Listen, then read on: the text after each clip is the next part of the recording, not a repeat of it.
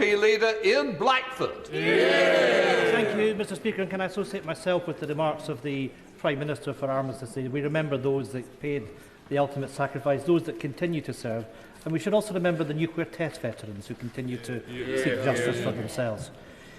Mr Speaker, last night the Prime Minister suffered the self-inflicted loss of his first Cabinet Minister. A couple of weeks into the job, it turns out this Prime Minister's judgment is every bit as bad as his predecessors. Speaking of which, we now know that his former friend, the former Prime Minister, plans to hand out seats in the House of Lords to at least 4 Tory MPs, including the current Secretary of State for Scotland. So here's another test of judgment for the new Prime Minister.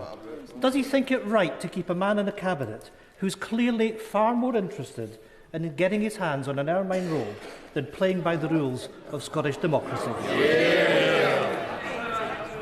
Mr Speaker, I'm obviously not going to comment on speculation around such lists. Any list would, of course, follow the normal procedures and processes that are in place. In Blackford. I'm afraid it's not speculation, and of course the Prime Minister clearly doesn't get how corrupt this all looks to people in Scotland. Because not only do we have a UK government that denies democracy, we now have a Secretary of State that is running scared from it.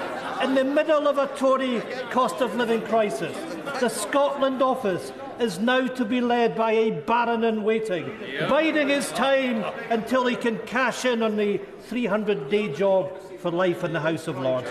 He should be sacked from the Cabinet, and the people of Dumfries and Galloway should be given the chance to sack the Tories in a by-election. The Prime Minister's judgment is already in tatters.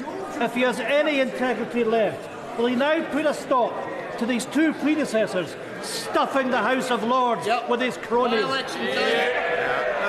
Mr Speaker, what the Secretary of State and I are jointly focused on is working constructively with the Scottish Government to deliver for the people of Scotland. I'll be pleased to be meeting the First Minister tomorrow, because that, I think, is what the people of Scotland want to see. Thank you, Mr Speaker. Criminal gangs who are operating to bring people into this country in small boats, an issue that directly affects my constituents of Folkestone and Hythe, are openly using social media platforms to recruit people to use their services. Can my right honourable friend confirm that the online safety bill will require social media platforms to take effective